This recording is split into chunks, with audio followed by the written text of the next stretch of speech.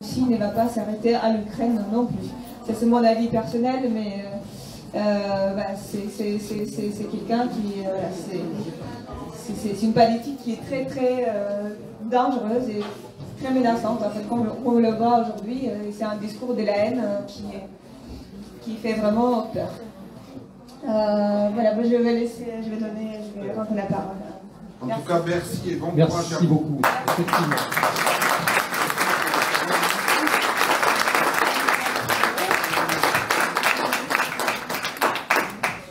Eh bien, monsieur le directeur, à toi. Il y a 4 places vides devant. Oui, alors n'hésitez pas, il y a 4 places vides, donc s'il vous plaît, asseyez-vous, parce que les places vont être chères ce soir, mais ça prouve la mobilisation extrême sur cette crise internationale de la plus grande ampleur depuis un certain nombre d'années. Ça prouve aussi votre volonté, à mon avis, de comprendre ce qui se passe avant de commencer la conférence à proprement parler. Je voudrais dire que la Maison de l'Europe est la maison de toutes les Européennes et de tous les Européens.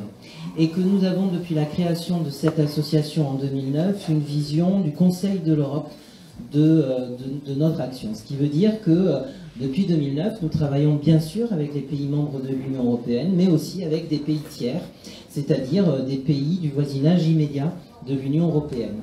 J'en veux pour preuve l'accueil de volontaires européens extra-communautaires, au premier rang desquels des Serbes, des Croates, des Géorgiens, des Bosniaques, et nous espérons l'année prochaine, si tout se passe bien, accueillir des volontaires ukrainiens de manière symbolique pour bien vraiment confirmer notre attachement à une vision très continentale de l'Europe. Ici à la Maison de l'Europe, on fait la promotion des valeurs européennes, de la paix et de l'interculturalité. Et plus que jamais, cette crise internationale, tout simplement, nous questionne et nous renvoie aussi à un concept, celui de la paix.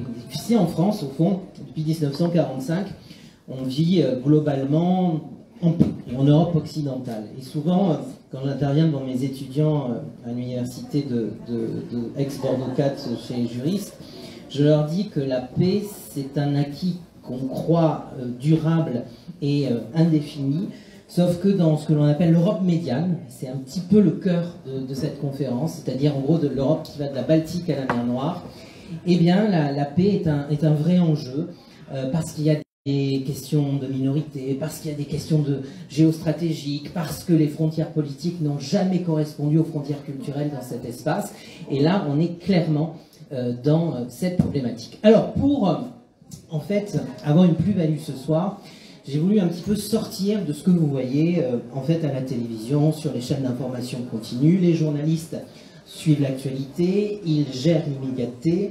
Moi j'ai voulu, avec mon background d'historien, revenir un petit peu sur le temps long pour essayer de vous donner des éléments importants pour comprendre comment on en arrive le 24 février à une agression de la Russie contre l'Ukraine.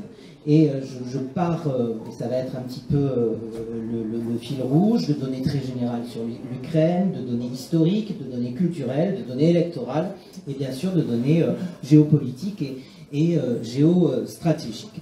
En guise de conclusion, d'introduction, lapsus, je voulais simplement vous rappeler une chose. Dans une guerre, il n'y a jamais de gagnant. Jamais. Il n'y a que des perdants. Alors bien sûr, chaque guerre se solde par un vainqueur et un vaincu. Mais une guerre est d'abord un système de faillite des relations diplomatiques. Ce qui veut dire que quand on arrive à une confrontation armée, c'est qu'il y a une série de failles dans la diplomatie, dans le dialogue des nations, et que au fond, tous les pays et les belligérants ont tout à perdre d'une guerre, notamment avec des bombardements et des civils qui sont ciblés, comme c'est le cas depuis plusieurs jours. Je vais aussi vous dire en toute objectivité que quand il y a deux belligérants, rien n'est tout noir, rien n'est tout blanc, et que tout est gris au fond. Et c'est un petit peu cette subtilité, ce nuancier auquel j'espère vous amener ce soir, en confirmant notre condamnation ici unanime de l'intervention militaire russe en Ukraine, qui est en dehors de toute règle du droit international. Alors, pour commencer, on va partir, donc c'est 30 cartes, on va essayer de faire une grosse demi-heure, 3/4 d'heure, je vais pour après